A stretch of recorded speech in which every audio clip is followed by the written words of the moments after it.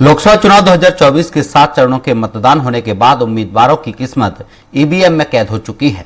अब इंतजार है 4 जून का, जब चुनाव के नतीजे घोषित होंगे और केंद्र में नई सरकार बनेगी। इस समय सभी के मन में एक ही सवाल है, आखिर किसकी सरकार बनेगी? एनडीए गठबंधन या इंडिया गठबंधन की सरकार बनेगी? लेकिन यह आने वाला 4 जून बताएगा कि इस बार किसकी सरकार बनेगी। इस नई सरकार से इस बार जनता की क्या उम्मीद रही है, इस पर हमारे संवाददाता पवन कुमार सिंह ने आम जनता से राय ली है।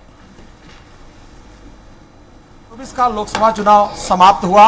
आज अंतिम चरण का मतदान था। आज समाप्त हुआ मतदान। चूंकि पूरे भारतवर्ष की निगाह इस चुनाव पर लगी हुई थी, चूंकि इससे पूरे देश का भविष्य का निर्माण होगा। हमारे साथ यहाँ पर 80 घाट पर, हम वाराणसी में हैं, बहुत सारे यहाँ पे लोग जुटे हुए हैं, जिनसे हम जानते हैं कि इस बार जो सरकार आ रही है उससे क्या उम्मीदें हैं और किस तरह की उम्मीद लगाए हुए हैं। चूंकि मतदान समाप्त हो चुका है, अब सबको सिर्फ 4 तारीख का इंतजार है, 4 जून का, कि 4 जून को क्या निर्णय होता है। इस बार जो 4 जून को निर्णय हो रहा, सरकार आ रही, क्या उम्मीदें रखते हैं आप इस बार? 4 जून 400 पार।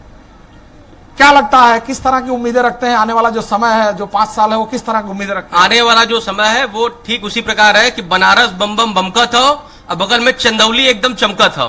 आप क्या, देखिए, आप महिला हैं और माना जाता है कि पूरे देश में जो आधी आबादी है वो महिलाओं की है, तो आप महिला की तरफ से आप क्या उम्मीदें रखती हैं इस बार सरकार से? सिक्योरिटी, वोटिंग के पहले भी गवर्नमेंट देखा है और अभी भी देख रही हूँ, और बहुत सेफ फील होता है। कहीं भी अगर हमारे साथ कुछ गलत होता है तो हम जाते हैं तो हमारा सुना जाता है और हमारे फेवर में किया जाता है काम। इसका कुछ महिलाएं दुरुपयोग भी करती हैं, बट मैं उनसे कहना चाहती हूँ दुरुपयोग न करें। जैसे आप युवा हैं, जैसे युवा होकर के जो सोच रही हैं, जो युवा इस समय मतदाता है, महिलाएं हो पुरुष हो, बहुत सारे लोग हैं, युवाओं के मन में तरह तरह के सवाल है कि क्या होगा अगला 5 साल, किस तरह की उम्मीदें लगा रही है इस बार? वो तो मोदी जी ही होंगे हमारे सांसद, और हमारे पीएम भी वही होंगे, और मैं चाहूंगी कि ऐसे ही वो निरंतर जैसे कार्य करते आए हैं भारत का मान सम्मान बढ़ाने में, वैसे करते रहें और हम उन्हीं को सपोर्ट करेंगे। आप युवा हैं, इस बार की सरकार से किस तरह की उम्मीदें रखते हैं? जैसे कि यहाँ पे बातें चल रही है, 2 चीजें पे ज्यादा लोग वोट कर रहे हैं कि बेरोजगारी और महंगाई। तो महंगाई कभी खत्म नहीं हो सकती, क्योंकि महंगाई का मतलब होता है फैसिलिटीज। अगर हमें फैसिलिटीज मिल रही है तो महंगाई जाहिर सी बात है कि बढ़ेगी।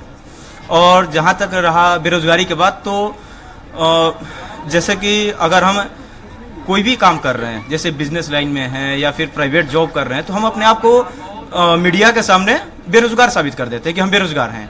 बट ऐसा नहीं है। अगर कॉन्ट्रैक्ट बेसिस पे अगर कोई गवर्नमेंट जॉब भी मिल जाती है, 25,000 की मिल जाती है, और प्राइवेट जॉब में लाख रुपए कमा रहे हैं, तो वो व्यक्ति अपने आप को बेरोजगार साबित कर रहा है। तो ये कहीं ना कहीं अपने आप में भी गलती है। इस चीज को बढ़ावा हम लोग को नहीं देना चाहिए। हर कोई जिंदा रह रहा है, हर कोई अच्छा कमा रहा है। बिल्कुल बिल्कुल, सरकारी व्यवस्था निरंतर सुधार पे है, लेकिन फिर भी जब कोई नई सरकार आती है तो लोग उम्मीद रखते हैं। आप क्या चाहते हैं इस बात?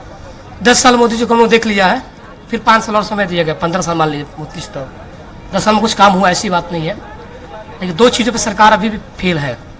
एजुकेशन के मामला में मेरे हिसाब से जो एनएपी 2020 लागू हुआ है उसमें सुधार की जरूरत है, और उसके साथ साथ जो देश में एक देश एक विधान एक परिधान जो होना चाहिए, इस पर पहले सबसे पहले मोदी जी ने कहा है आखिरी सत्र में कि देश में बहुत बड़ा कार्य होगा लोकसभा चुनाव के बाद।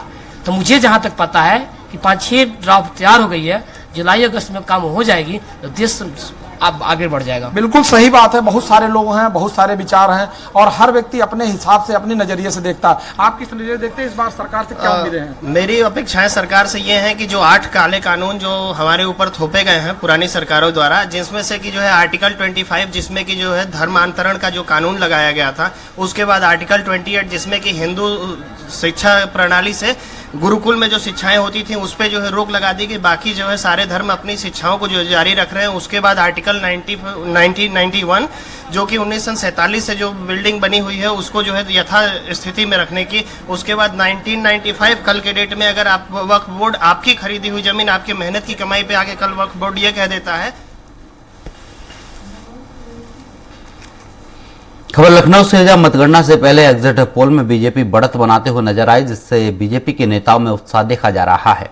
वहीं डिप्टी सीएम ब्रजेश पाठक के आवास पर यूपी सरकार के मंत्री ओम प्रकाश राजभर और संजय निषाद पहुंचे, जहां उन्होंने लोकसभा चुनाव परिणाम को लेकर डिप्टी सीएम से चर्चा की।